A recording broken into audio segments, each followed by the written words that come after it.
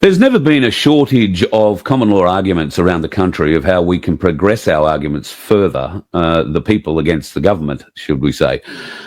Now, many people may have heard the term TASA, and many more are quite probably familiar with TASA, but there are a lot of people who aren't. So I thought, we haven't had TASA on for a chat, and it's about time we did. So I've got Mookie from TASA joining us today to have a bit of a discussion about it all. Thanks for sparing a bit of time, Mookie. I appreciate it. It's a pleasure, Carl. Thank you very much for inviting me in for a chat.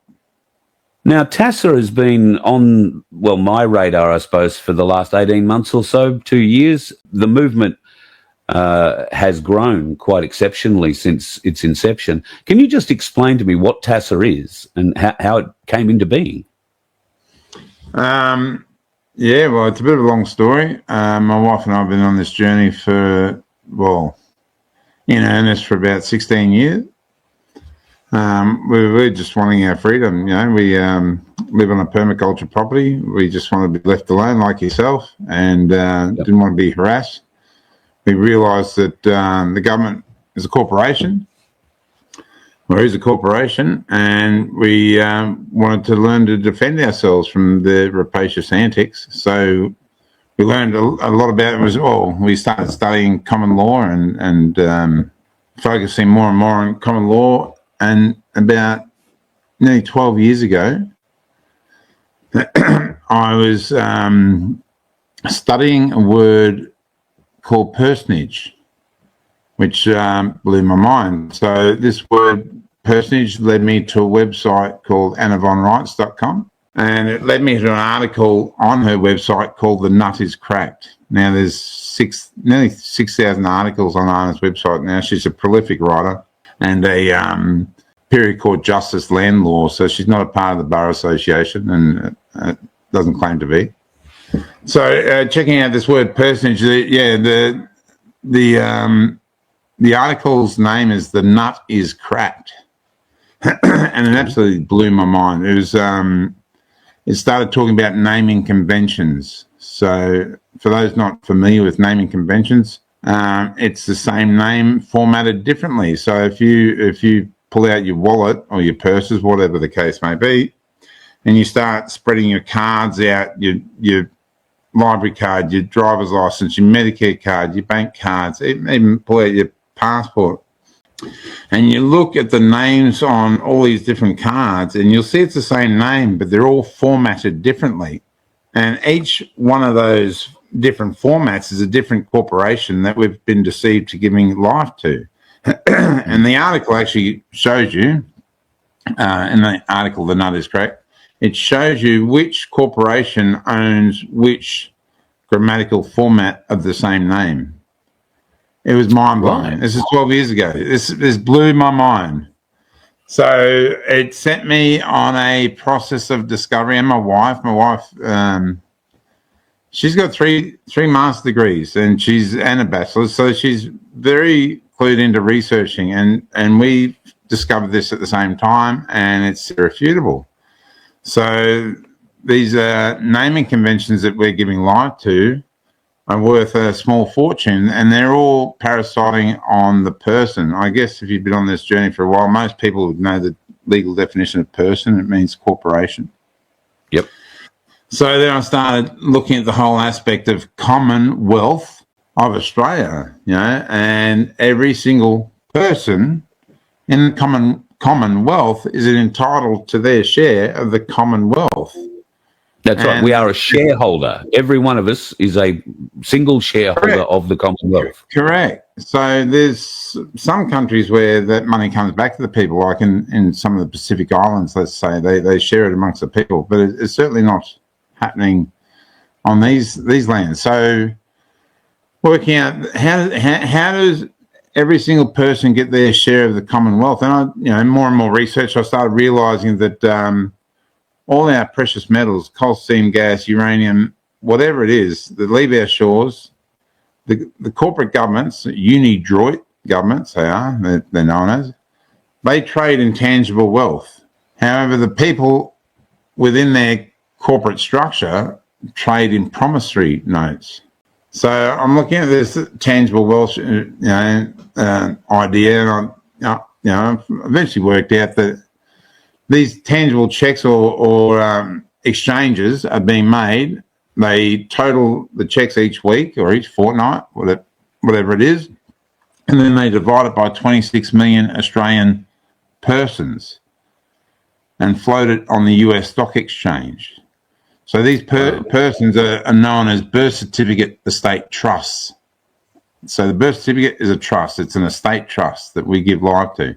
They can't enslave man, but what they can do is they can enslave a piece of paper and deceive man to give life to it. Yep. And that's exactly what they've done. Every single person being entitled to their share of the Commonwealth, these estate trusts go for 75 years. So the older we get, the more the trusts are worth. And for one person, it's worth into the billions of dollars with a B. Billions of dollars up to 75 years. It's mind-blowing. This is mind-blowing. So wait until I read from my book that's next to me. So the older we get, the more these trusts become, the more valuable they are, more lucrative they are. And they're purloined or plundered during the course of our lives. You know, they can garner up to $9,000 a day each time they put a person in their corporate jail system. That's why they call it jail for profit or prison for profit. They're all corporate, and they've got a massive financial interest in putting us in jail or even hospitals. So the only other way that they can cash this money in or cash the estate trust in is with a death certificate. Birth certificate is cashed in with a death certificate. So after looking at it more and more, I saw in April 2020, exactly 1 month after they announced the pandemic, oil plummeted to minus $38 a barrel. At April 2020, oil plummeted to minus $38 a barrel. Well, then you think about the Petro dollar. So if oil plummets to minus $38 a barrel, what's that done to the Petro dollar? So crashed it. It's at this stage I'd like to read from my old Australian law book. It's called Elements of Roman Law by R.W. Lee, printed Brisbane, Sydney, Melbourne, and 1946. So this is in the Law of Persons.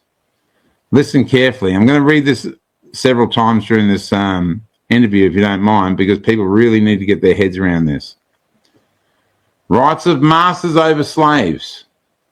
Slavery implied complete disability, personal and proprietary. The master could exercise over the slave the power of life and death. And everything acquired by the slave was acquired for the master. A rule only formally qualified if the slave is held in usufruct. So then I started looking at usufruct. Usufruct is Latin, and it means to use the fruit. Right. So we know that all roads lead to Rome. Rome wasn't built in a day because they're still building it, and it's called Unidroit. And when in Rome do what the Romans do, well, what they're doing is we're being trafficked. So we're held in usufruct. It's the story of Adam and Eve. If you use the poisonous fruit of the birth certificate to identify yourself, you're held in usufruct. You're a slave held in usufruct. And they are saying in black and white in an Australian law book that they have the right to life over death of anyone who uses their intellectual property. And they call it usufruct. So if you open up a computer, an Apple computer, what's on the back of it? An apple. The logo. Yeah. The logo. But more importantly, if you look at that apple, why is it a little bit different? It's got a bite taken out of it. Got a bite out of it, yep. It's known as the poisonous apple. And if you do your research on the Statue of Liberty, she has a chain around her ankle, and there's a bitten apple next to her foot. And that's why New York is known as the Big Apple. Okay, it's known as the Big Apple. And the Statue of Liberty is not on the land. She's out at sea. She's on her own little island. They made an island because it's all Admiralty maritime law. This is all inland piracy. So I'm reading a bit further into this book. When Rome began to extend her conquest outside of Italy and to engage in distant wars, there's a vast increase in the slave population. It was the practice to allow slaves to deal with their peculium as their own and to purchase their freedom, registration. They were sometimes highly educated men who held important positions in the economic world or made their mark in literature, art, or science. Was the Roman slave a thing or a person? The answer is he was both. He could be owned and as such was a res. Res is Latin. Res is Latin and it means thing. And it's an abbreviation of the word resident. So let me repeat this one again. Was the Roman slave a thing or a person? The answer is he was both. He could be owned and as such was a res. But he was a human being, which means monster in law. Okay, so if you're looking for protection under the International Declaration of Human Rights, I'd say you dig a little bit deeper. But he was a human being, and as such, a person. So that's how... So a monster and a corporation. So, yeah, corporations. So persons are corporations. We just worked out that persons are corporations. So in my research, there's two of the most important words in law, the most important words in law. One is Usufruct. It's the story of Adam and Eve. It's the story of Snow White. It's the story of Apple Mac computers. It's the story of Woolworths and their apples. And it's the story of the Statue of Liberty, because liberty is not for free men and women. Liberty is for slaves that are given liberty to disembark the ship to go ashore on leave. But they've still got to come back when the captain says. They've got to behave like as the captain tells them. They've got to follow the rules of the ship, even though that they're on land. It's liberty. They've been given liberty to go ashore. So all this symbolism is telling us. So we go to the Bible. The Bible has 26 extracts that make it very clear for God has no respect of persons. James 2:9 makes it very clear that it is a sin to respect persons. Romans 2:11 says there is no respect of persons with God. And I can go on and on. There's literally 26 extracts. And one of those extracts makes it very clear. I'll share those with you after the show. But one of those extracts makes it very clear that persons, quote, persons perjure themselves. Well, I'm probably paraphrasing, but persons perjure themselves. Because what's the first thing you do in court? Are you Mr. So-and-so? And they go, yeah, that's me. Yeah, that's me. You're using intellectual property that doesn't belong to you. And back in the older birth certificates, it made it very clear that you don't use it's warning, do not use this birth certificate to identify yourself. So it's actually known as trafficking in persons. And the United Nations recognize this. It's called the Palermo Protocols, Palermo, Palermo Protocols. And it's the international recognition of the trafficking in persons, especially women and children, because it all happens at the mother's bedside. The contract is drafted with registration, which means Regis means to give away, to give to the king, and you've lost it. Yep. So they're defining us as monsters. Human means monster, and person means corporation. So this is where I'm like, okay, I'm working this all out. So the second word, the most important word in law, is includes. And this was given us, this research comes from Romney Stewart up in Cairns. So includes is the most, and you're going to see it in all heaps of contracts. And it is duplicitous as hell. So there's a maxim that states inclusio exclusio, which is Latin. And you check that inclusio exclusio maxim out, and to paraphrase, everything drafted into a contract intentionally excludes everything not mentioned. Right. Okay. That it might sound a little bit difficult. So inclusio exclusio is a Latin maxim. Every time the word includes is used in contract law, it intentionally excludes everything not mentioned. So let me give you an example. The definition of birth in Australian law, the definition of birth, quote, includes a stillbirth, end quote. Yeah. So it's excluding everything not mentioned. There's nothing living in that definition. But what they are saying, the definition of birth means everything dead. Yep. Everything dead. Can you get your head around that? Includes. So here's another one.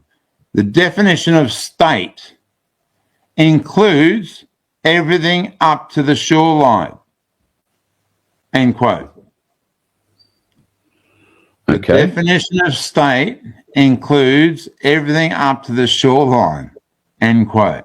So every time they use the word includes, they are deliberately excluding the correct information we need. So, because we started off as CASA, Commonwealth of Australia States Assembly. We just wanted to fit in with the people, work with the people, but we didn't want to do it in Usufruct. Yeah. So we learned about includes, Usufruct, and dog Latin, all caps. It's illegible acronyms in contracts. Anyway, so we worked out the definition of Australia, which again that came through Romney Stewart up in far north Queensland, up in Cairns. The definition of Australia includes Norfolk Island, Christmas Island, Cocos Island, and Keeling Island, and includes no further territory. Yeah. That means it doesn't include the land we are standing on. Correct. Yeah. And nor does the state. So if you're paying rates for land and soil in the state of Queensland, the state of New South Wales, you're being conned. Yeah, outright. robbed. You're being conned, and you've been enslaved by a foreign corporation that is defining you as a thing and a monster. So this is why this is the birth of TASA, Territorial States Assembly, and a wonderful long relationship with the Americans. What we figured out after, because we went down all the different groups and we support and love all these groups, they're doing a great job. However, what we found is they're doing it one by one, and it's still, I call it Usufruct heavy and Usufruct light. Please allow me to explain. So pre-1973, everyone was Usufruct light, so they had a lot of freedom. They're out in the exercise yard, but they had a reset, a financial reset. I'm going to blow people's minds. I can keep going on and on, but reset in law, he got away scot-free. It's under Scott law.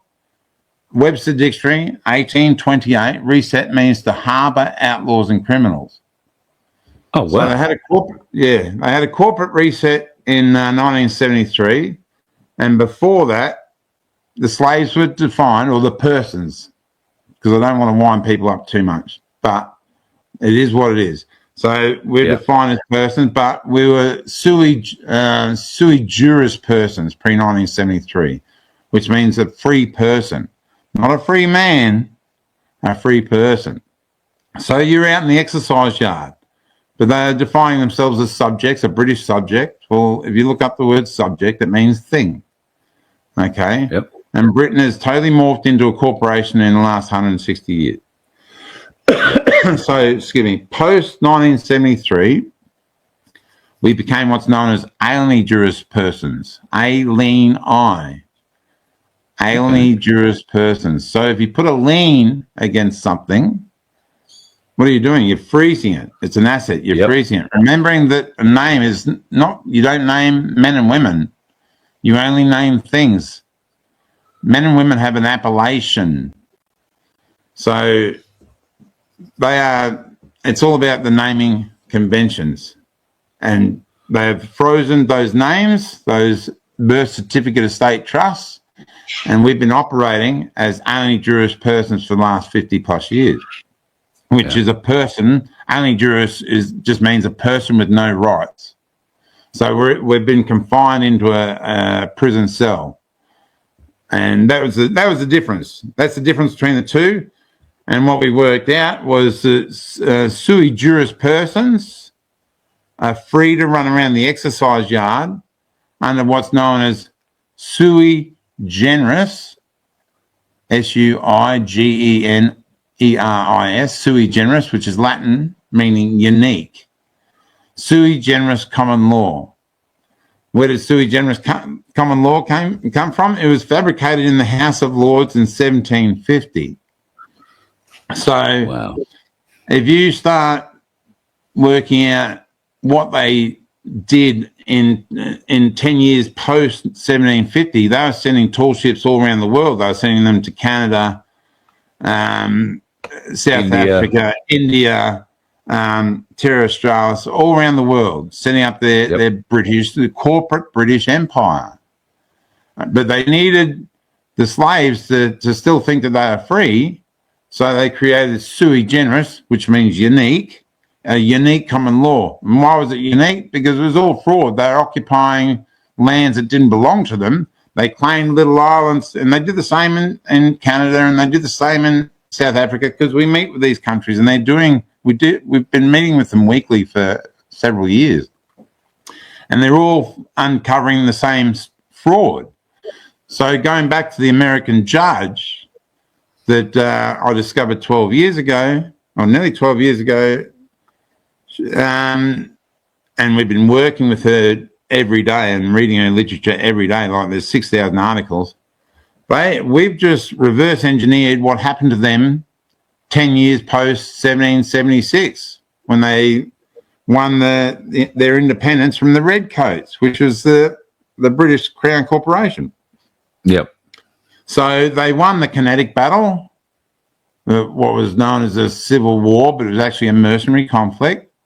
They won that, so they won their right to their own governance, and they have what's called a public common law, because they fought shoulder to shoulder with the American Indian to protect their lands.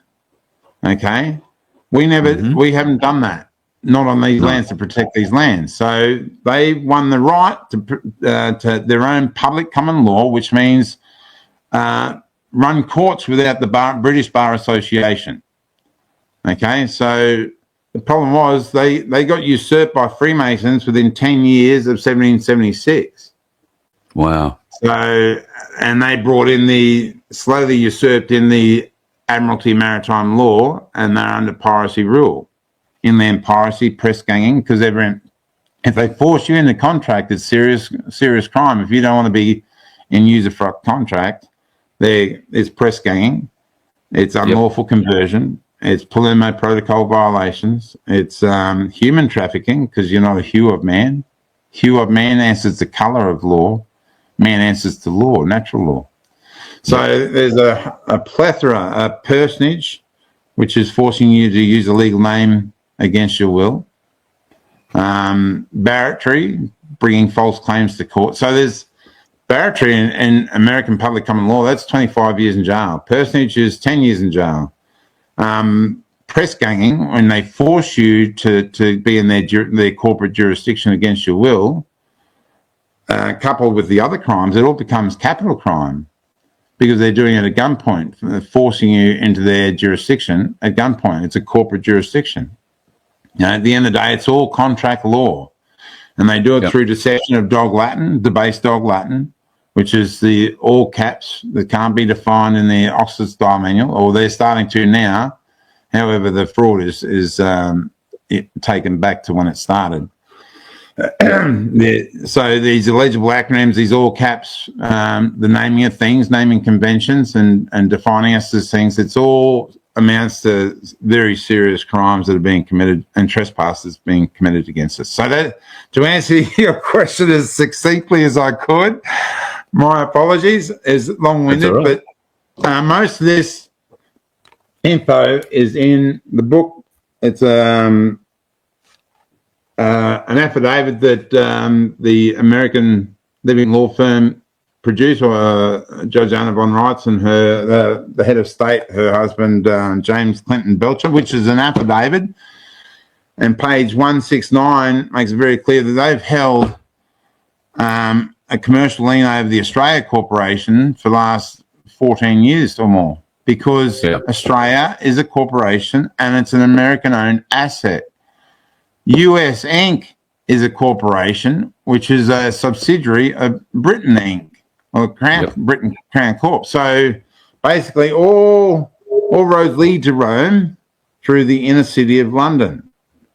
So US Inc. is a corporation, Japan is a corporation, Canada, they're all corporations, and they're using the US military as cheap mercenary forces to enforce their regime, their corporate regime. And they say Rome wasn't built in a day because they're all unidroit corporations, which it means Vatican corporations. And I urge people to look up unidroit, UNIDROIT, unidroit membership. And I'll quickly find out that Australia is a unidroit corporation. And they go around and bomb the next country and take it over. They put in their money supply, put in their Admiralty Maritime Courts, and off they go again. It's all inland piracy, they call it. So I know that there are obviously a huge amount of there's a huge amount of information available through TASA on this, as there are through a number of other common law groups. What sort of success are you having using your approach at protecting yourselves in court? We don't as reconveyed nationals, so we're reconveying to the land and soil of Terra Australis. What we worked out, excuse me, that every time we claimed Australia, that gave them an out, that gave them a jurisdiction to counterclaim us as property belonging to the bankrupt corporation. Remember that Australia is bankrupt. So going back April 2020, oil plummeted minus $38 a barrel. So at the time, they had a $33 trillion debt. How are they going to pay their debt? So we're coming full circle to why I started reading the book. Rights of masters over slaves. Slavery implies complete disability, personal and proprietary. The master can exercise over the slave the power of life and death. Everything acquired by the slave is acquired for the master. A rule formerly qualified the slave is held in Usufruct. So their plan all along was to kill off the slaves, cash in their birth certificate of state trust with the death certificate, refloat their boat and have a reset. So the CEO, Charles, and some call him a king, but he's actually a CEO of the Britain Corporation. He is publicly announced, he's a 1-minute video with World Economic Forum in the background, where he's publicly announced that he intends to reset the world economy. So, ladies and gentlemen, my plea today is for countries to come together to create the environment that enables every sector of industry to take the action required. We know this will take trillions, not billions of dollars. We also know that countries, many of whom are burdened by growing levels of debt, simply cannot afford to go green. Here we need a vast military-style campaign to marshal the strength of the global private sector, with trillions at its disposal, far beyond global GDP, and with the greatest respect, beyond even the governments of the world's leaders. It offers the only real prospect of achieving fundamental economic transition. So, again, Webster Dictionary, 1828, reset to harbour outlaws and criminals under Scots law. They want to get away scot-free with what they've been doing. Well, all I've seen since I've been on this realm is war and turmoil. and it's the same people doing it. It's still always the same corporate system doing it, and that's how they're doing it. They're doing it through Usufruct, and they tell us in the Bible, because the Bible is the ultimate law book, and people go, but I'm not religious. And my first question is, have you got a driver's license? Oh, yeah. Oh, so you're a sole contracted to the Roman Catholic Church, and you're telling me you're not religious. And I'm saying to you, that's hypocrisy. And some people say, oh, but I am religious. I'll say, well, don't you read the Bible? It makes it very clear that God does not respect persons. What are you doing in corporate jurisdiction? Because, you know, if you're acting as a person, you're acting, giving life to a corporation. Now, it's very what deep. What is the solution here? How do people, you know, watching this right now sit at home and say, well, you know, these are all wonderful words that you're saying, but how do I act not as a slave? How do I break this chain?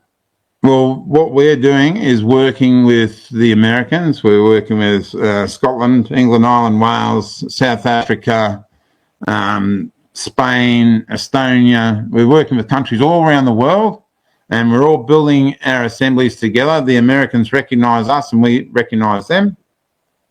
And we stand our own courts because we've never had a legitimate government in this country. We've had service providers, and that's what they are, and they're very good at providing a service, or, you know, like a bull services a cow, I guess. But we have service providers masquerading as government. Excuse me. So our idea is that we don't want to overthrow service providers. You know, we're not here to try and destruct our service providers. We just realise that they've gone rogue and they're using a lot of fraud to deceive the people. And we need to take the reins and give them wholesome direction, you know, of, for and by the people. So we're all standing our assemblies and standing our legitimate courts. And the Americans have actually repatriated trillions of dollars of gold-backed currency that have been purloined from our forefathers. So there's other people trying to get their hands on this gold, and they're trying to claim this gold and precious assets as abandoned funds. Okay, and the Americans have Unabon Rights and the Living Law Firm have gone up. They're not abandoned funds. We've claimed them. We've been claiming them legitimately, claiming them for the last 40 years, and they've repatriated well over $2 trillion. It started floating on the US stock exchange in February, or publicly floating. So this could well be a portion of the wealth that we hear is going to be injected back into the system. That's correct, what you're saying? Correct, but you know, there's nefarious things going on, and you know, I don't like to point fingers, but all I say is, if they want to give you money and you don't comprehend Usufruct, Usufruct, quite literally. Yeah. So yes.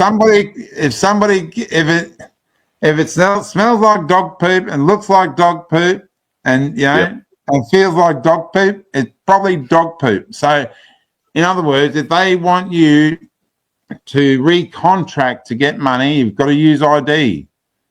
Remember that at the start of the bankruptcy, when oil plummeted to minus $38 a barrel, soon after that, they're having a big referendum, the yes-no vote. Remember that? Yes. Do you think they cared if you voted yes? Do you think they cared if you voted no? They didn't care at all. All they wanted you to do was come in and use their intellectual property, you know, hold up a license, and they point to the license and they go, is that you? And you go, yeah, that's me. When you're standing right next to it. Okay, and pum cha-ching, okay, you just sign there. And you sign and you're recontracted as a slave held under terms of unconscionable usufruct. So this is how we keep getting ourselves back into the slavery, because we do things like protest. Well, protest means to beg. A petition petition means to beg. You're begging your masters, which is a foreign private rapacious corporation with pernicious intent for ye and your families, who are defining you as a thing and a monster. And they are saying in black and white that they have the right to your life over death. So they have a bankruptcy and they're cashing their chattel in, legally defined chattel, so they can refloat their ship, their citizenship, and make it liquid again. Off they go again and do it all again. And it's two governments. A lot of people don't realise we have two governments. One government misaddresses us using titles. Titles are only for slaves. So the government that misaddresses us using Mr., Mrs., Doctor, Professor, all these titles, that's known as the British Territorial Government. And the other government is the Roman Municipal. And the Roman Municipal Government always mischaracterise us using all caps. They misaddress us with all caps. So when you get one on the ropes, okay, you're holding one down, and then you get another letter. But they're actually addressing a different person or a different corporation. And if you're illiterate, because dog Latin literally means it's bastardized Latin, similar to English, used on the English grammatical scale to deceive illiterate persons.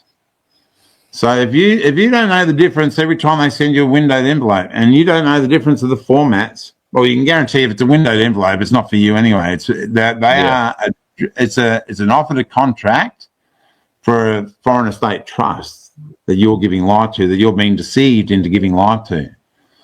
So that's how you know the difference. That's how you know. And a lot of people now in courts, they're pointing out the fraud because they get summoned to court. And this is why we don't go to court, because it's all fraud. And the Bible says you're committing perjury as a person. If you know, that's why you're committing perjury, because you're answering to a name that doesn't belong to you. But the court documents, they're actually getting a highlighting pen and highlighting everything in all caps, one colour, and everything in title case with upper and lower case in another colour, and going, well, you've got two jurisdictions on the same paperwork. That's fraud. You know, dog Latin is a foreign language. You can't have it's called glossa. It's legally defined as glossa, and glossa is further defined as the poisonous and the poison in the text. So basically, long story short, it's all riddled with fraud. Even you go to the 1900 Constitution, it makes it very clear on page 36, the 1900 or 1901, whichever you prefer, makes it very clear on page 36 that Australia is a penal settlement. An Acts Interpretation Act 1901, Section 2B, clearly defines Australia as including Norfolk Island, Christmas Island, Cocos Island, and Keeling Island, and includes no further territory. So every time we claim Australia, or the Australia Corporation, which has always been a corporation because these lands were not terra nullis. The blackfellow was already here. Yep. God love them. So they couldn't claim these lands, but they deceived everyone to think. They deceived They didn't invade. They didn't fight a war to win. They just snuck in. Exactly. And we've all been duped. Black, white, or brindle, doesn't matter who you are, we've all been cooked. They cooked us all. But every time we claim Australia, or we claim their courts, they're always going to counterclaim us as a thing that God does not respect, a person. So how do we fight back? Pardon? How do we fight back? So reconveyance. It's a matter of severing the usufruct contract.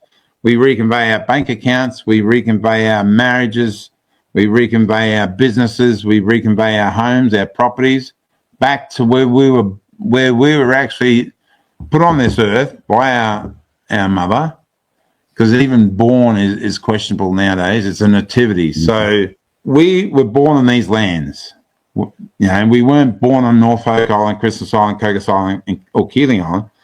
We were shanghaied.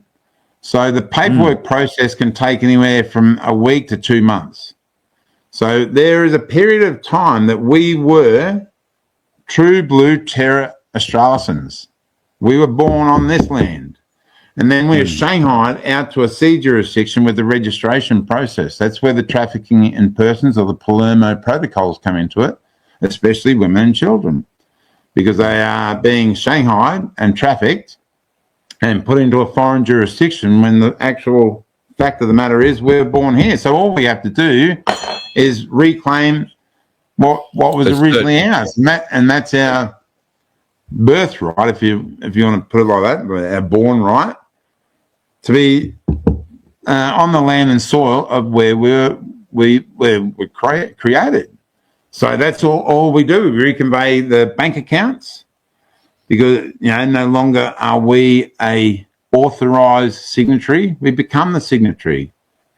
No longer is it a personal account. That's why it's a personal account. Have you ever heard them say to you when you're pulling out a couple of grand, what are you going to spend that money on? Well, it's all you hear. Because it's their money. You're putting it. That's why they call it a personal account. It's for a person. It's a corporate account. It's their money because it's their intellectual property. Every time we use that name, we're actually in fraud because it's an intellectual property that doesn't belong to us, and we're deceived into using it. So, and they hold you to that because of the promissory notes that they're going to give you, so you can go and buy that car. Or so you spend your life paying for a $500,000 property, okay? And what's it paid with? It's paid with promises from jerk-offs. Okay, so you made your last payment, and even when you make your last payment, the bank usually neglects to point out that you need to discharge the mortgage. We've had people morgue. Just think about morgue. It's for dead people. That's what a mortgage. It's a death pledge mortgage. So we've had people that have reconveyed their properties and they paid their property off 30 years ago, but they never discharged it. So the bank has held a vested financial interest in their property for the 30 years, and then they go in and pay an extra $500 and have the property discharged. So these are the sorts of criminal frauds and deceptions that are happening to each and every one of us. So we need to be working together and with love and unity and kindness to defeat this satanic evil, because this is beyond. We're not going to. If you vote harder, it's not going to change things because their definitions don't change from left to right. They're two cheeks on the same arse. Yeah, two cheeks on the same backside. So you can't vote harder and think things are going to change, because this is in their literature. This book is 1946, so this is before the reset in 1972, 73 with the other corporate government. So this is why they have the two snakes. And most importantly, I'd like people to check out the hospitateurs or the hospitateurs. So our research is taking us back to the Hospitateurs Handbook of 1099 to 1310. And it makes it very clear, quote, that the hospitals are a religious military. And this is why we're taking it. They're run by a Surgeon General. You get put in wards. Nurses run around taking a doctor's orders. And if you're sick of being patient while they practice, you need to get yourself a discharge. It is religious military. And that's not my opinion. I'll share the link with you after the show with that as well. Yeah, so sure. you can people can see it for themselves. So all what we've endured for nearly 6 years, the corporations all trading whilst insolvent. They're all trading whilst insolvent, and they're about to reset to harbour outlaws and criminals. And they want to do it with digital currency because they've got nothing. And if they don't like your comments on social media that week, and you go to get your groceries, you'll be declined at the till. You've only got to look at all the shopping centres. They're big, large shopping centres. A lot of the shelves are getting doors on them nowadays. You won't even be able to open a door without biometric identification. So, and if you back to your original question, what do we do? What do we do? So we're reconveying out of that jurisdiction back to the land and soil jurisdiction of Terra Australis. We're recognised internationally. We have total recognition by the Americans, who, by the way, the judge Annabon writes is the fiduciary of the Australia Corporation, is holding all the assets, and all this affidavit is unrebutted, irrefutable. So if you think there is any remedy in law and they're ignoring this was set in stone the actual lien was publicised in 2014. So the lien over the Australia Corporation and all its assets, because they had to rein in their corporate government that was working in their name, because they've occupied since World War II. They've occupied nearly 300 countries with their military bases. So and they've taken these countries over as assets belonging to America. So they've had to retain those assets in a massive lien. They've got a $279 trillion lien against the International Bar Association. There's lots going on that people don't know. I just want to take you back to reconstituting yourself, your assets and everything. Let's say we've gone through that process. We've reconstituted. We've essentially removed ourselves. We are the living man living on the land. Man and soil. You've pointed out that the corporations are putting doors on the supermarket fruit and veg shelves, and biometric readings and all that are going to be required to get in and open that. How does that, once we reconstitute, once we remove ourselves from the corporation own the assets that we need to eat or that we need to gain access to for our daily life. Will they not exercise their power over us if we were to enter back into their realm? This is a great question, and it's pertinent that we don't discuss it much because people lose focus. They focus on it, but this repatriated wealth that I've been talking about will go into funding Treasury. So we've got a lot of different groups working with TASA, and one of them is the Treasury, and we're working closely with a group called Global Family Group, which is the exchanging platform that Anna Von Reitz and James Clinton Belcher have chosen to disperse the prosperity. So they're creating a prosperity system. It's not a banking system per se, it's prosperity. So they're not going to loan us money, they're giving the money back to the people. And they're going to be, once we announce our assemblies stood, we've already announced the start of our assemblies. We did that 12th of January last year.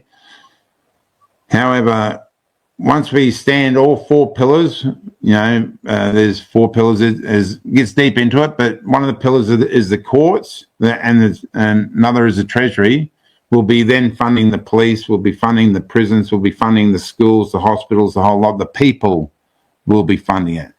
It won't be coming from Britain Corp. It won't be coming from anywhere else. It'll be coming from the people. It's the people's initiative. How will the corporation that's currently funding the police and the military and all that, how will their funds be put aside, and these funds? Because they're having the reset, and they've got very few funds. Who's paying those wages right now is a company called Serco, which is traced right back to the royal family, and the royal family is corporate, German and corporate. Yep. So Prince William, Serco, exactly. Yeah, I wasn't going to go so deep, but you're exactly on point. So Serco, with their reset, they are GFG, who the Americans are working with, are Basel IV compliant. They are the highest in the world. And the banks around the world, which are shutting at an exponential rate around the world because of what these Americans are doing, they are struggling to become Basel III compliant. And the world is entitled to the highest standard. So the highest standard is Basel IV compliance. And they are giving the wealth back to the people. You don't have to loan it. They are literally giving it back to the people. So I'd urge everyone to check out Global Family Group, or I'll put the link in our chats for our website. We charge $1 a month. It helps us run the website. If you become a member, it's not a PMA, but we ask for $12 a year, and you have access to thousands of dollars worth of documents. The information on the website is mind blowing. And it's not just from me, it's from a lot of people that have brought all that information together.